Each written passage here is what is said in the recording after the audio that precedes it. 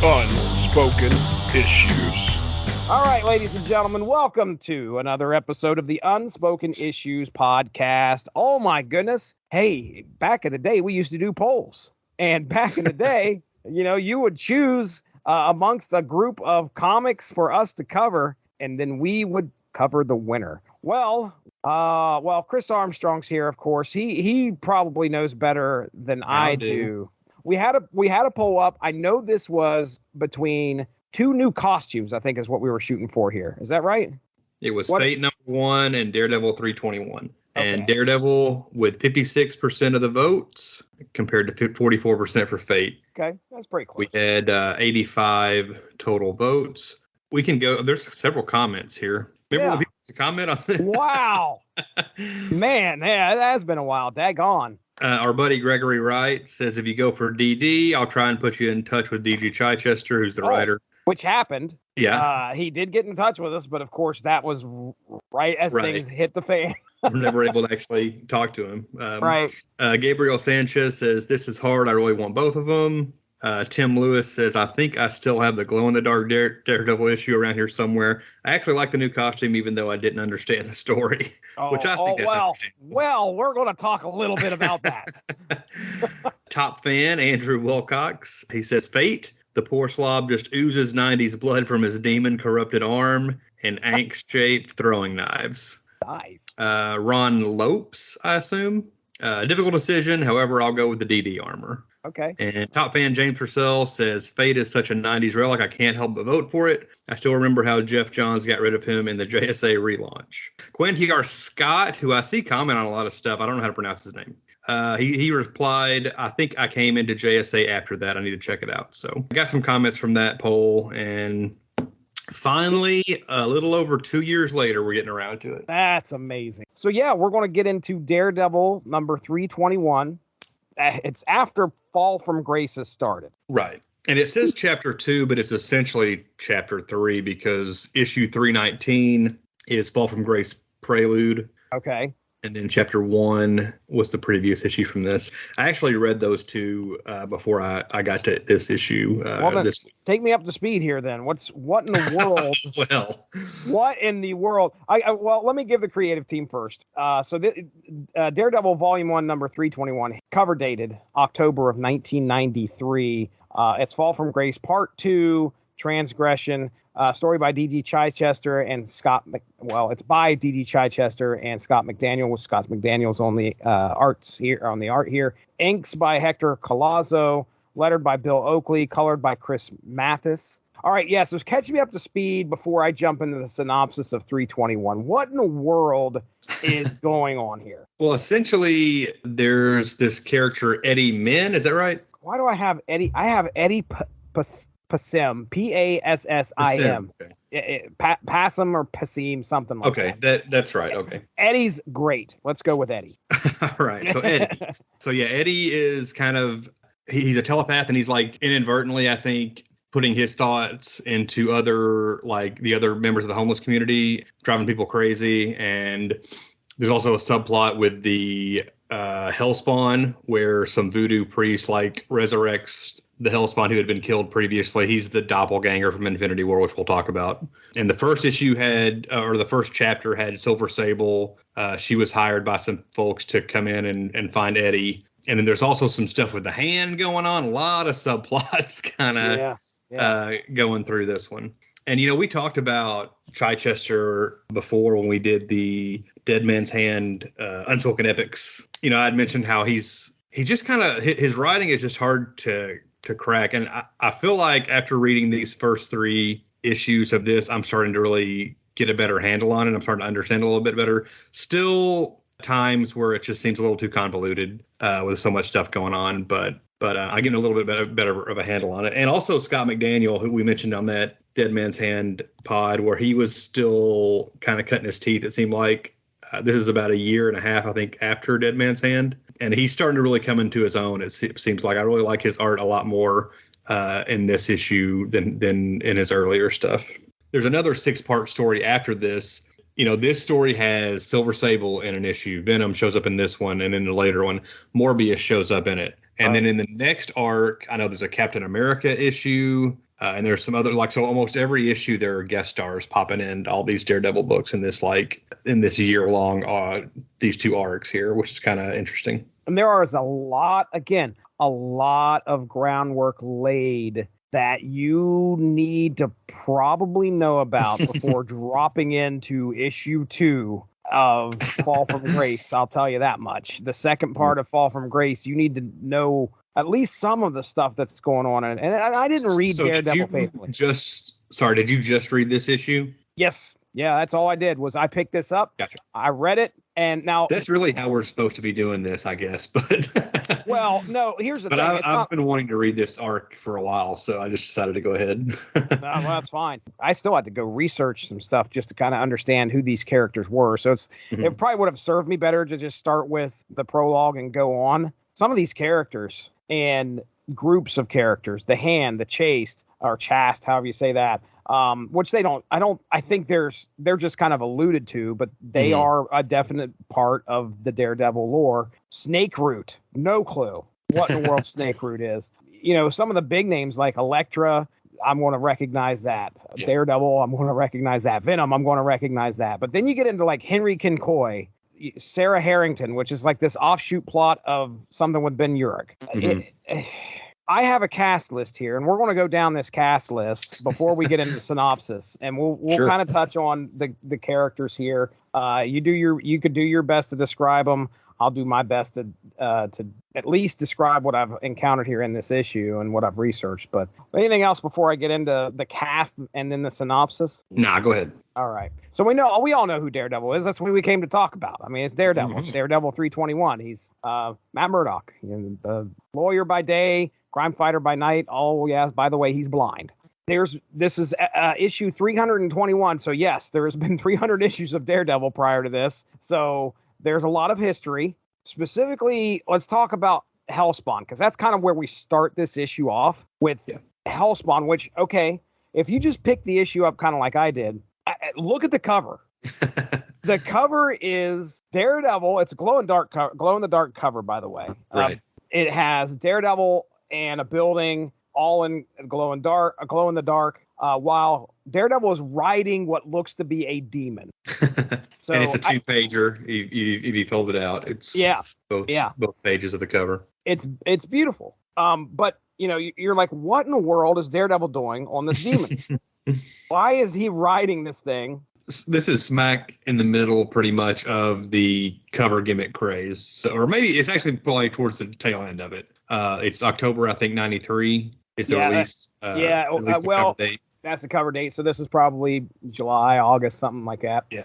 So there had been some glow-in-the-dark covers before. I think the first one was Ghost Rider. That's the most famous one. Shadowhawk had a glow-in-the-dark cover. I think there were a few others, but I think glow-in-the-dark cover is one of the best cover gimmicks. I'm a fan. Yeah, for sure. All right, so tell me about Hellspawn. I know that in my research, I learned that this was a thing that came out of the Infinity War. It's kind of interesting because I had seen this cover. I had flipped through some of these Daredevil issues without ever actually reading them, and I'd seen this demon character. I didn't know what his name was or anything. And even when I read the Prelude issue, which is I guess 319, that's when this voodoo priest guy resurrects the demon. I didn't even know then that, this is the doppelganger from Infinity. This is Daredevil's doppelganger from Infinity. And he doesn't really look like the have you seen what the Daredevil doppelganger looks like in the Infinity War issue?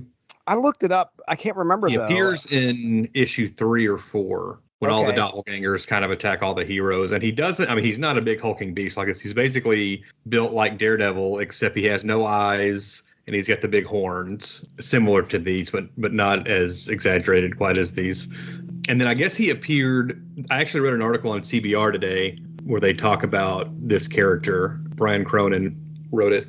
I guess he appeared in some earlier issues, and Calypso is a character that was in that storyline, and she killed the doppelganger, and that's why he's being resurrected in this storyline. But I never knew any other famously the Spider-Man doppelganger, he was like resurrected, I guess, by Demogoblin, and he was able to stick around past the Infinity War resolution where all the doppelgangers were, gone. So it was cool to see another one pop up, that I never knew that there was another one that had appeared in other issues. So yeah, that's kind of the gist of this I guess this one has more sentience. Like the doppelganger from the Spider-Man books is kind of mindless almost. He's treated as a pet by Shriek and like Maximum Carnage and stuff like that. Okay. But he doesn't really have his own he's more like an animal. Whereas this doppelganger has its own sentience, and for some reason he talks with that Cajun voodoo accent. I think that's got to be because unless that's something that carried over, but I'm wondering if that's something that the priest that resurrects him in that first issue. Okay, I wonder if unless it's supposed to be that priest resurrected the body and then inhabited it, but that doesn't seem to be the case. I think he even references how he killed that priest in this book. Yeah, so. I figured it was something to do with the resurrection of some sorts. And it's got an interesting... Daredevil has the billy clubs. He has these... The doppelganger has these like things that come out of his arm that are spiked. It's almost like he's pulling his own bones out of his arms and legs to use his like billy clubs. Yeah, that's a cool concept. I like it. But I started this and I was like, who is this demon? What is this? And then it was when I started to dig, I was like, oh crap, this actually comes out of Infinity War. Really neat. But again, okay, if it was just Daredevil and Hellspawn and that was what the issue focused on, great. But that's not the case. We still got about 1, 2, 3, 4, 5, 6, 7, 8, about another 9 or 10 people to talk about here that show up in this book.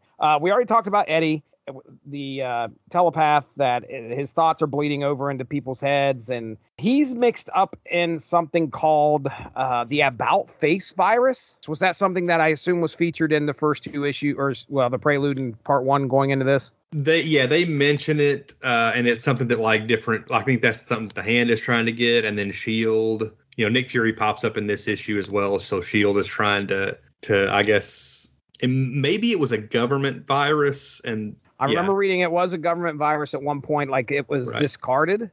I don't understand why you call it a virus. I assume there's a reason. Basically, a About-Face virus can let someone be anything that they want, and that's why a lot of people are going after it. So we'll just leave it there because I might talk. I want to understand why it's weird. It is so weird. It's a weird concept for it to be called About-Face virus. All right. Okay. Well, whatever. Venom shows up in here, albeit for a cup of coffee. It's just real quick. He's in, he's out. So Venom's going to be somebody that we mention in the synopsis. Henry Kincoy, which I don't know if he was a big part of Daredevil lore prior to this. Yeah, I don't know. I mean, I don't know because I'd never really have read this era of Daredevil. So I only know him from these issues. Okay. Well, what's his name? Henry? It's Harry. Harold Kincoy.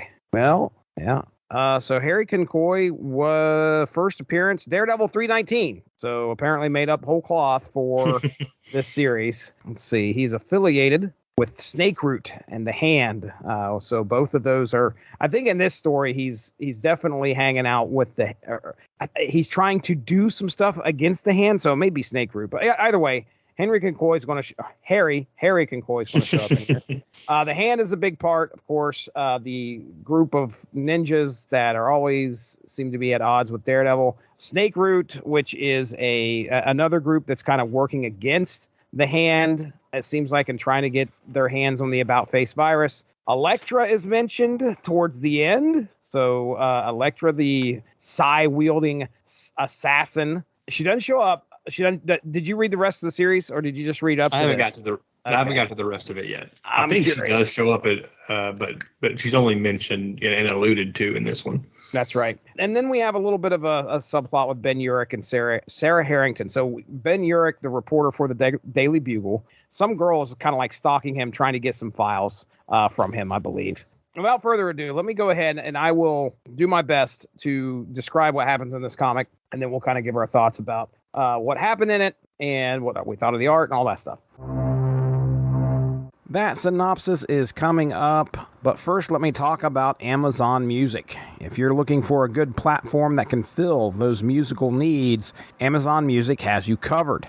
If you head to getamazonmusic.com/W2M Network, you can get a free 30-day trial where you can check out over 70 million songs. That's getamazonmusic.com/W2M Network for that free 30-day trial.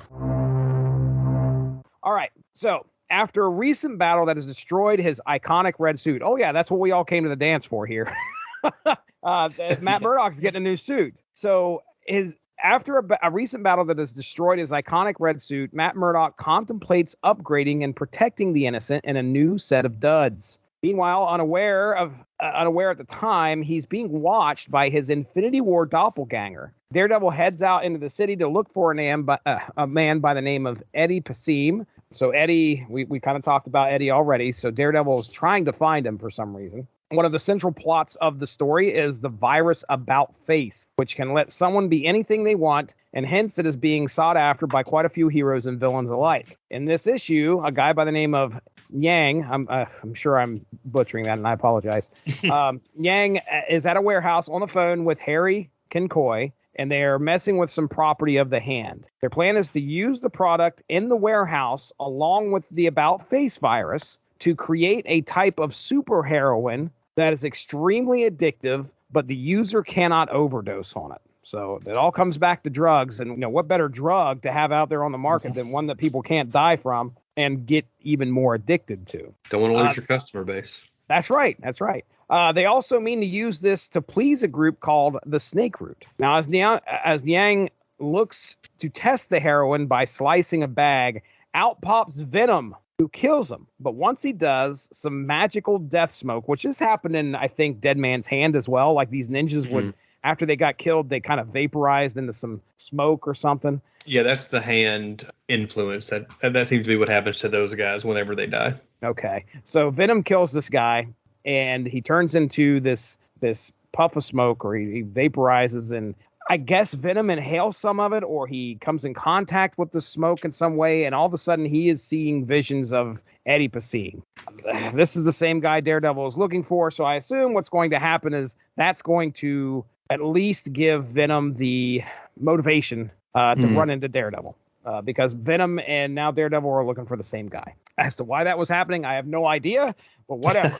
We switched to Ben Urich, and I mentioned about him and Sarah Harrington. Ben Urich is looking to go back to work after Jameson has taken back the paper, and Sarah Harrington is outside of his apartment, and she plans to steal some files to make her famous. That's kind of all we get there. Back in old New York, Eddie bursts into Harry Kinkoy's office to kill him, but he isn't there. Instead, he runs into Daredevil in his new costume. Eddie has telepathy. He puts the images of Teresa Bellwether, another character. I have any idea who these people are.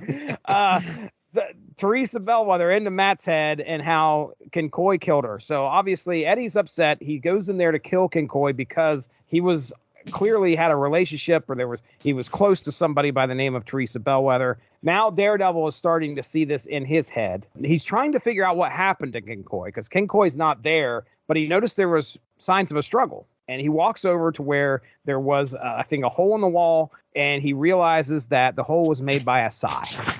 He's pulling a Prince Humperdinck from Princess Bride. Oh. Observing the scene and recreating everything in his head. Right. See, that was Elektra. Elektra's here. All right, so about that time when that revelation hits, in busts the doppelganger. Daredevil's doppelganger shows up, Hellspawn, and he's looking for the About Face virus. Turns out Eddie's may know where it's at. So that's why Eddie is so important to this. He apparently has some connection to the About Face virus, and everybody wants to get a hold of Eddie. But Daredevil, of course, is not going to have that. Daredevil and Hellspawn fight, and Matt's able to get the upper hand, and the demon runs off. So that kind of ends the main course of this issue. We talked about Ben Urich and his little side thing. Now we got to talk about Nick Fury. Yeah, there's a weird just like add-on at the end of like a couple of pages of like, oh, here's some other story threads that we're going to use in this storyline. More stuff that kind of gets added to this book. So Fury's tracking this guy by the name of John Garrett, who is a rogue SHIELD agent. Okay. And in order to do this, he has called in a guy by the name of John Kelly, who goes by the code name Siege. Yeah, Garrett shows up in the Agents of S.H.I.E.L.D. There we go. Show by the late great Bill Paxton, which was cool. Now, where is John Garrett? Oh, goodness. Let me tell you. He's in a bad way. He's in a very bad way. He may become a cyborg. In the Marvel comics, he better become a cyborg, because all he is just a head connected to like a spine of metal. It's not good. He's laying on a table at a snake root stronghold, and he's definitely out of it. He keeps saying he's the president, which is interesting. So I don't know if he was guarding the president. I think there was some kind of thing where he was near the president or something like that. But anyway, he's like remembering a mission. There was something about they were going to try and make. He was part of a conspiracy where they were trying. The Hand maybe was trying to win him the presidency to be like their puppet president or something like that. So the snake root. Why in the world do they have him? I'll tell you. They're trying to find Elektra. But anyway, they're planning on using some kind of ritual to probably either give him a body or infuse him with some kind of spirit or something. I don't know. But that's kind of where we leave things. He's laying on the table and all of the snake root clan come together and they put their hands on the table where his body's at. And that's the end of that. So Daredevil 321, we read Dead Man's Hand. Yeah. And one of the things that we said was that when we got to a Chichester issue, we had to kind of be prepared for it. And that's what happened here with me. I was like, okay, we're getting into DG Chichester territory. I have to get ready. What did we say? We're about a year to a year and a half outside of Dead Man's Hand. Yeah, that seems right. Yeah, I think, we're about a year. And I could just imagine the amount of history that Chichester put into Daredevil for a year if he did that. Mm-hmm. I mean, it's got to be just things falling on top of each other, 10 pounds of stuff trying to fit into a 5-pound bag, it feels like. There's a lot of stuff there. There's a lot of history. He seemed to have a pretty long run. I don't know. I didn't check to see how long he was on the book. This would have been 93. So he'd been on there. He'd been on it for a couple of years, I guess, at this point. Again, it doesn't mean he's a bad writer. It just means that you better have picked it up from day one. Of Chichester. Yeah, it's not a new reader friendly. No, it's not. It absolutely is not. And that's not on anybody else really, other than us just picking up part 2 of this and trying to read it straight from there, or what that one single issue. But let's talk about the costume. I guess that's the draw here. Yeah, that is what we came to talk about. And it is like, I don't know. I was expecting more for some reason. What do you think? Just like the reveal. I'm talking about the development, and it was just a very strange way for him to be like, okay, I wanted to get a new costume. The dude's been fighting people, villains, heroes alike, in that costume for 300 issues. It gets torn pretty badly, and he's like, you know what? I need a new costume. No, okay, that's fine. How are you going to go about making the costume? How are you going about getting the costume? He orders parts from all these different, like, there's Advanced Materials Institute, there's Industrial Synthetics Limited, Biopolymer Technologies, buying all these parts to like construct this costume. It's an armored costume basically, which really there's only a little bit of armor on it, but yeah, I think it covers his shoulder pads, his shoulders, and oh my goodness, I'm looking for it right now. Knee pads, armor on his calves, his shoulders. I guess we could say let's just say all the red is somewhat armor.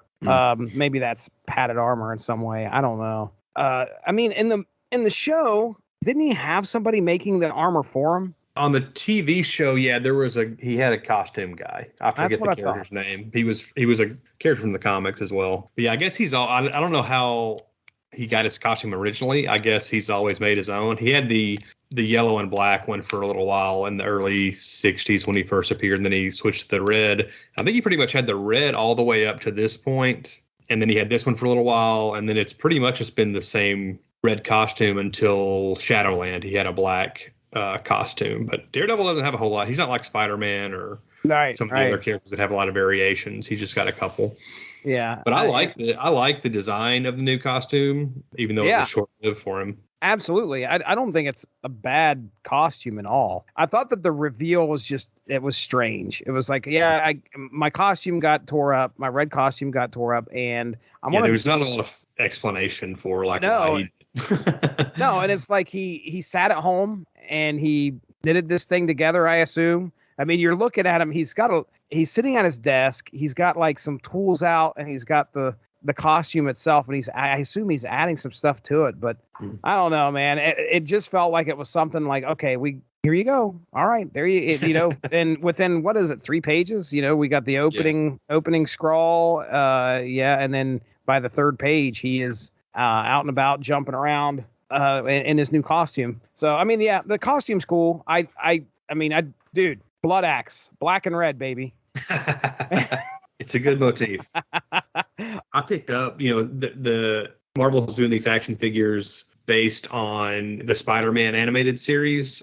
At least that's the packaging. Like, there's a lot of stuff that's not really in the animated series that they're putting out through that line. And one of them is the Daredevil armored costume. Oh, neat. And I picked that up a few months ago. After I bought it, I was like, I've never read a comic with this costume. And I spent $30 on this action figure. Right. But it's just a cool costume. So I like, and now I have read some comics with That's right. That's right. So yeah. Just like you said, it was pretty short-lived. I can't remember when it was he went back to the basic red, but it didn't seem like this one. I was reading comics in the 90s, and I don't remember this happening for some reason. This happened when I was still into comics, before I took my little hiatus. But I don't remember. He didn't appear a lot in other comics. I know he's in at least a couple of Amazing Spider-Man issues in the black and armored costume, but I don't think there's a whole lot of appearances with him in it outside of his own book. What do you think of McDaniel's Venom here? I mean, he shows up for 1 page, but he looks pretty cool. There's only one really good look at him when he first pops out of the heroin or whatever. But it's a good looking Venom. It's kind of a cross between Bagley and Larson, sort of. Yes. We got the tongue there. I agree. He looks massive. And more to come, because he's on the cover of, I think, chapter 4 or something like that. So he's definitely going to come back and menace Daredevil, I'm sure, in a couple of issues. I hate putting logic into my comics because it's comics. But, this Yang guy, the guy that's in that warehouse who decides to cut the heroin to check it, he cuts the bag. Like, there's these stacks of bags there. He cuts the bag, and out of the bag of heroin, it sticks Venom's the tongue pops out, and then Venom just tears. Where's Venom been at? What is he been doing? Hiding in the bag? It doesn't make a lot of sense. That's what I was like. Those bags aren't that big. Right. I don't understand. He's got to be behind them. And I was like, how is he coming out of these things? Well, okay, I've got a story to share. Eddie breaks into Kinkoy's office. And I think he's pretending to be a maintenance man, maybe. I don't know. But he's got a bottle. And I'll read this. I'm reading this from the comic, folks. It says, lessons brought into play 20 years later with a stolen maintenance uniform and supplies. Polystyrene packing material, those little foam peanuts, dissolved in acidic cleaning fluids, a mix like napalm. So, okay. Now, have you ever heard of that before? Never. Okay. I don't know how I got a hold of it. Maybe I went to the library. I don't know. But I remember the Anarchist Cookbook. Wow. Okay. Have you ever heard of that? I've heard of it. Okay. So the Anarchist Cookbook was, there was a lot of bad things that, right. There was a lot of bad things that kids should not have had access to. And one of the things I remember hearing somebody talk about, I don't know if I read it because I swear I don't think I recall having this book. It must have been somebody else on the bus. And you're riding the bus to and from school. People are going to talk about things. And maybe somebody else had the book. But I can remember, people telling me, yeah, man, sugar and gas tanks. I'm like, oh, okay. That's something that stuck in my head. And then somebody started telling me about taking styrofoam and putting it in. So as a bright child, I somehow went downstairs into the basement when I was 11, 12 years old, maybe 13. And I put the out there and I started dissolving. This may all get edited out because I do not want to get flagged. But I want to tell this story to you anyway. But I put thing and I started putting this styrofoam in it. And you would not believe like the amount of styrofoam that you had to put in order just to get like probably half a cup of like this napalm fluid. So what it would do is it would dissolve into like this putty. Now, your next question is did you light it? And I did. So anyway, yes, when they were saying this is what's crazy. When I'm reading this, I'm like, they're putting that in a comic book. And now, granted, the recipe I had was calling for styrofoam. So I don't know if it would actually work. You would think that somebody at the comic, probably like a variation, like he was inspired by that or whatever. It wouldn't work. Like, it wouldn't light or whatever. Acidic cleaning fluids. I will also say that I did. Did you ever hear of toilet bowl cleaner? And no. Okay, so now that's cleaning fluid for sure. But right. What we would do is we would take it was called the Works, and it was basically toilet bowl cleaner, and you would put, like, I don't know, maybe half a cup to a cup in a 2-liter bottle.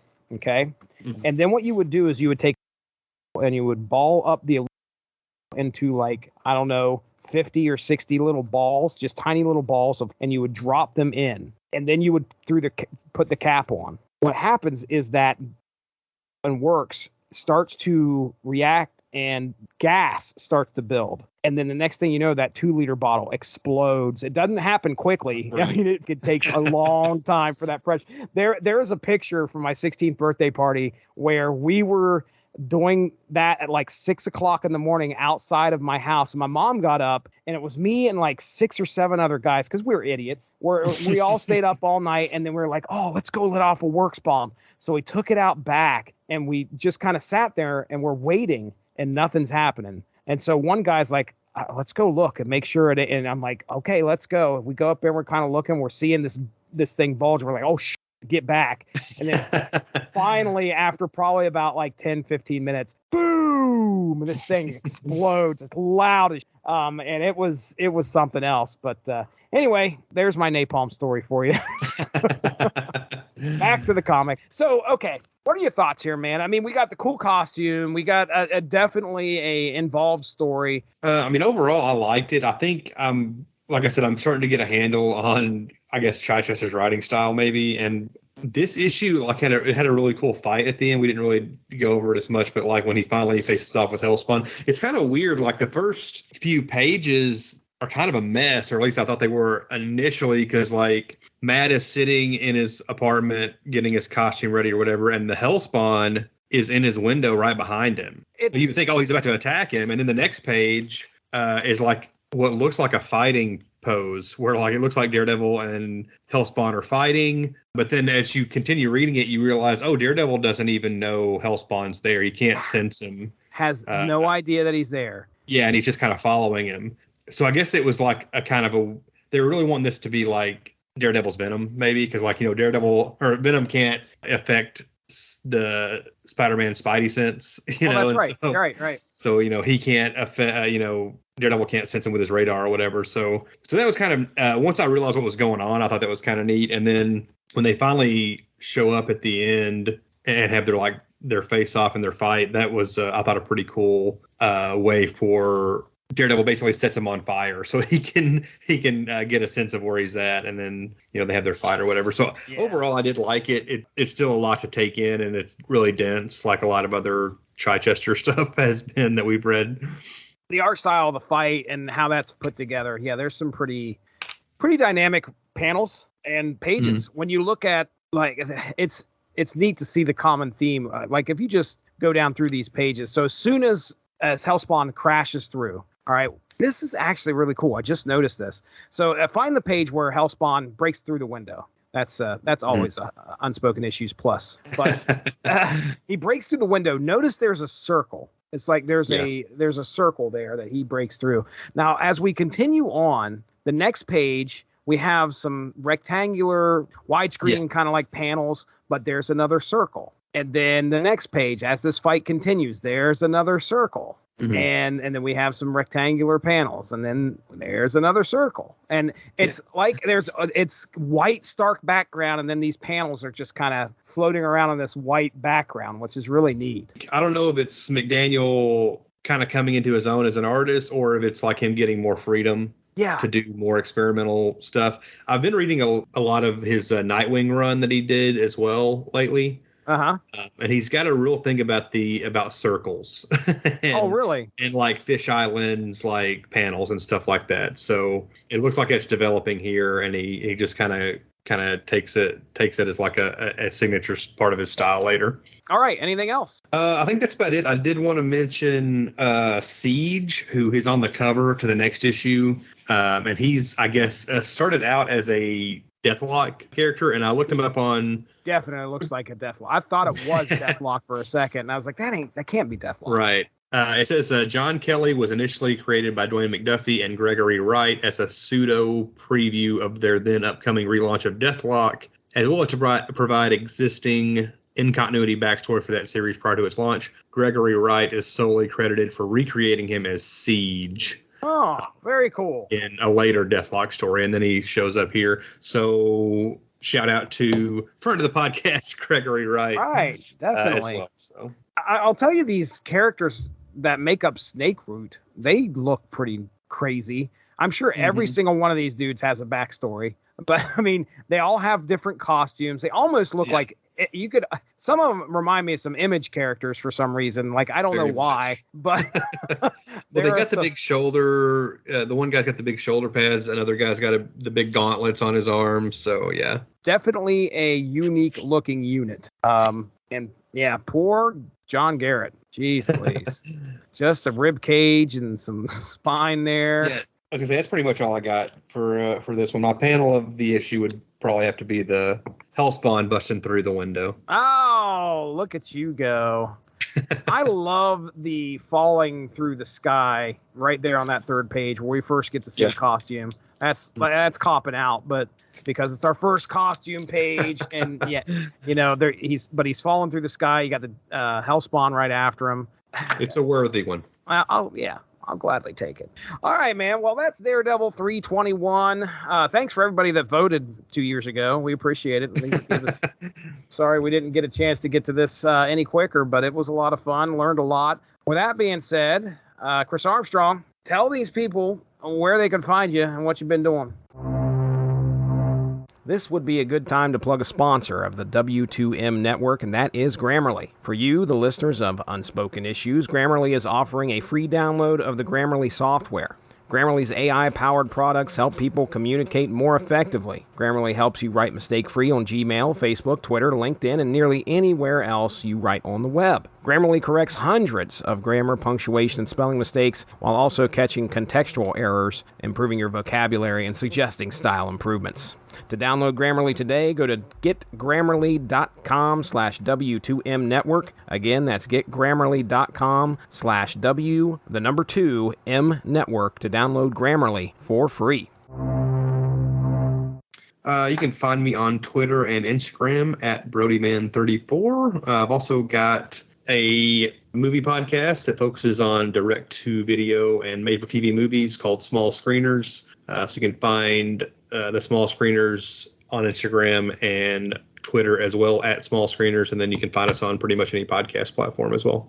All right, very good. Yeah, you can check out other shows, well, I should say on the Source Material Comics feed. Unspoken Issues is part of that, and we have done quite a few Unspoken Issues, Unspoken Epics here lately. Specifically, we mentioned Dead Man's Hand. You can also check out our recent drop of The Carnage Cosmic. That's right, where Dean, Derry, and myself talk about the Carnage symbiote getting onto the Silver Surfer and all the insanity that happens in 2 issues of Amazing Spider-Man. And then we even go into a what if. So check that out. That should be on the feed as well. And of course, Source Material Comics podcast that I do here on the Source Material Comics feed, where I think the last episode I did was a crazy Doom comic all by myself. And it was... I haven't listened to that one yet. I listened to the Orkin, or was it... Yeah, you got it. The Orkin Exterminator flip book with Spider-Man. Yeah, that was fun. Have you ever played Doom? I assume that at some point you probably played I played it Doom a couple times, in the 90s when it first hit PCs and stuff. Yeah. Well, this is going to be familiar territory because that's all it is. All right, man. Hey, this has been Daredevil 321. I want to thank Chris Armstrong for being here. Of course, I am Jesse Starcher. We'll catch you next time. Have a good one. Bye-bye. Thanks for joining us. Unspoken Issues is part of the UnspokenDecade.com, the home for 90s comics, blogs, and podcasts. Unspoken Issues also has a Facebook group you can join if you are interested. Just search the Unspoken Issues podcast and request to join. All of this would not be possible without W2Mnet.com and the Rattlechin Broadcasting Network, so make sure to seek them out for more podcasts. If you enjoyed what you heard today, please feel free to share, and we look forward to entertaining you again soon.